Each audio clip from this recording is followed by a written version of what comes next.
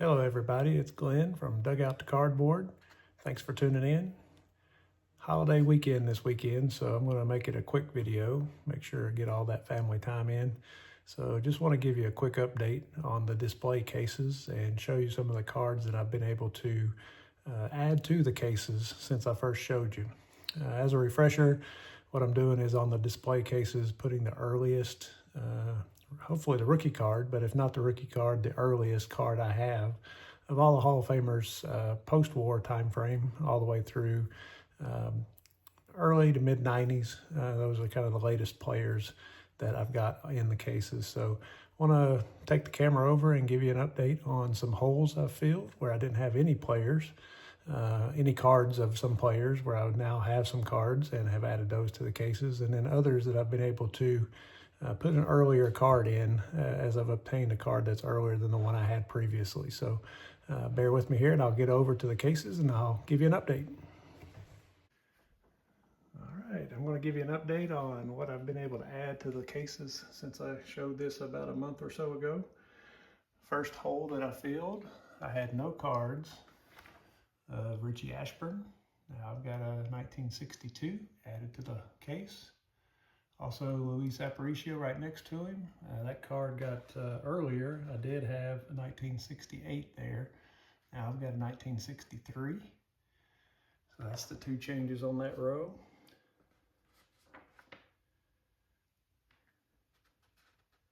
Orlando Cepeda is my next one. Try to get a good view of Cepeda there. 1962 card up there right now. Used to have a 1972 card up, so went well earlier than I had before on Cepeda. Glad to get an early card of his. Raleigh Fingers is the next one. Only improved that one by a year.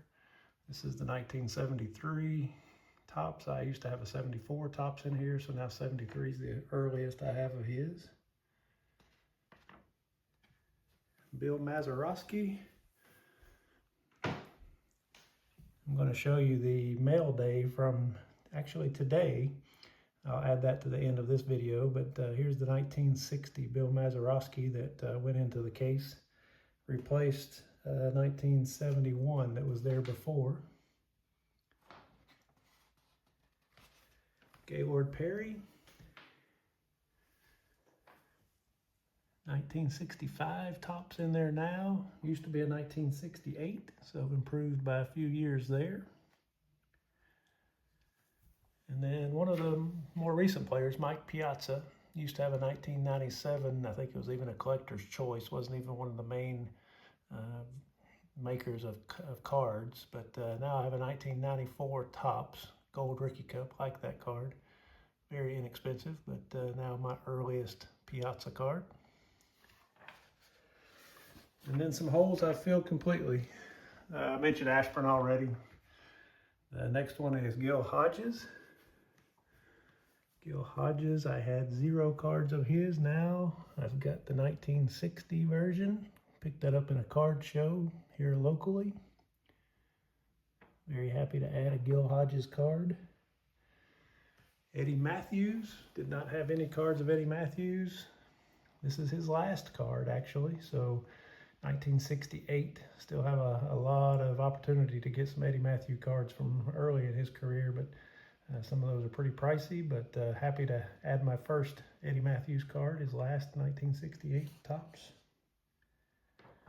Minnie Minoso, added a card of his, did not have one. If you'll remember, all these folks that I've added that I didn't have any cards of were just index cards. For example, Joe Mauer, don't have any Joe Mauer cards. So that's what these gaps were before, but now replaced with a card. 1962 Minnie Minoso. Robin Roberts, next one that I added, also a 1962 tops. Robin Roberts, happy to add one of his. CC Sabathia, 2017, another one of the more recent players. Did not have a card of his. Picked that up at a card show as well, I believe. 2017 card, tops.